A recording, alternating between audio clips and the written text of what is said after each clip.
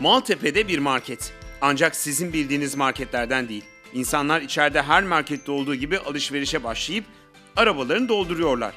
Sonra kasada sıraya giriyorlar.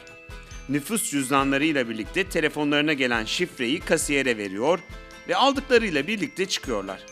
Alışveriş bu şekilde sona eriyor. Bu markette para geçmiyor.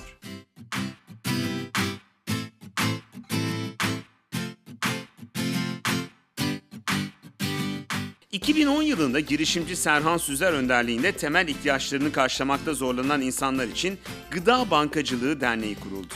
Gıda Bankacılığı Derneği 2014 yılında Temel İhtiyaç Derneği adını alarak yoluna devam etti.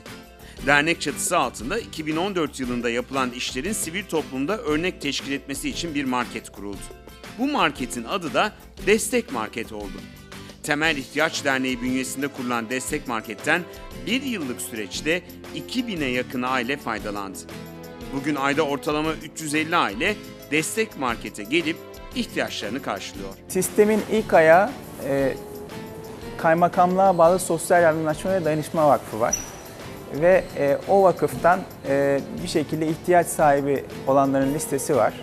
O listeye kaymakamlık vasıtasıyla limitler tanımlıyorlar.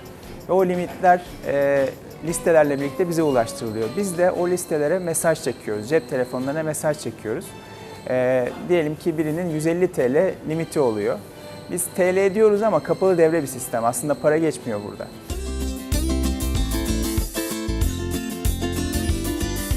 Temel İhtiyaç Derneği'nin bir diğer projesi de ihtiyaç sahiplerine düzenli bir iş bulma projesi. Dernek, Destek Market'e gelip ihtiyaçları için yardımda bulundukları kişileri kayıt altına aldıktan sonra onların iş yaşamına katılmaları için de çalışmalarda bulunuyor. Dernek bugüne kadar 20 kişiye istihdam sağladı bile. Ercan Taşan 1996 yılından beri İstanbul'da yaşıyor. Birçok yerde çalıştıktan sonra farklı sebeplerden dolayı çalıştığı kurumlardan ayrılmış. O da Temel İhtiyaç Derneği'nin meslek sahibi yaptığı bireylerden biri. Liseden sonra yani doğru düzgün bir işe denk gelmedim.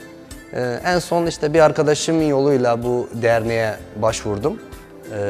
O daha önce iş bulduğunu ve çok iyi çalıştığını, daha doğrusu yani bu iş sayesinde bayağıdır güzel bir işe denk geldiğini anlattı bana. Ve ben de bu derneğe gittim ve bana bir iş gösterdi, önerdiler. Burayla benimle ilgilenmemi söyledi ve adresi bana verdi, ben geldim. Başladım buraya, hiç yabancılık falan çekmedim.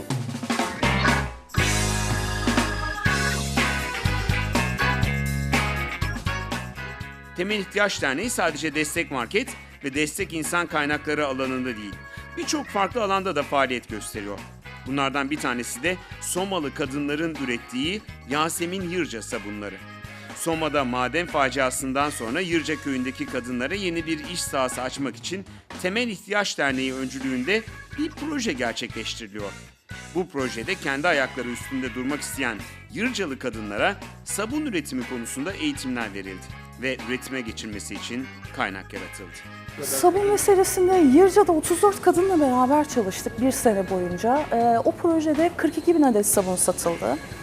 Yaklaşık 200 bin TL'lik gelir elde ettiler. Yırca projesi bir sosyal girişim ve çok da başarılı bir sosyal girişim. Çok yakın zamanda bizim istediğimiz herkesin kendi ayakları üzerinde durabilmesi. Yırca'da da aynısını yaptık. Şimdi kadınlar kendileri devraldılar o işi. Kendileri devam ediyorlar başarılı bir şekilde.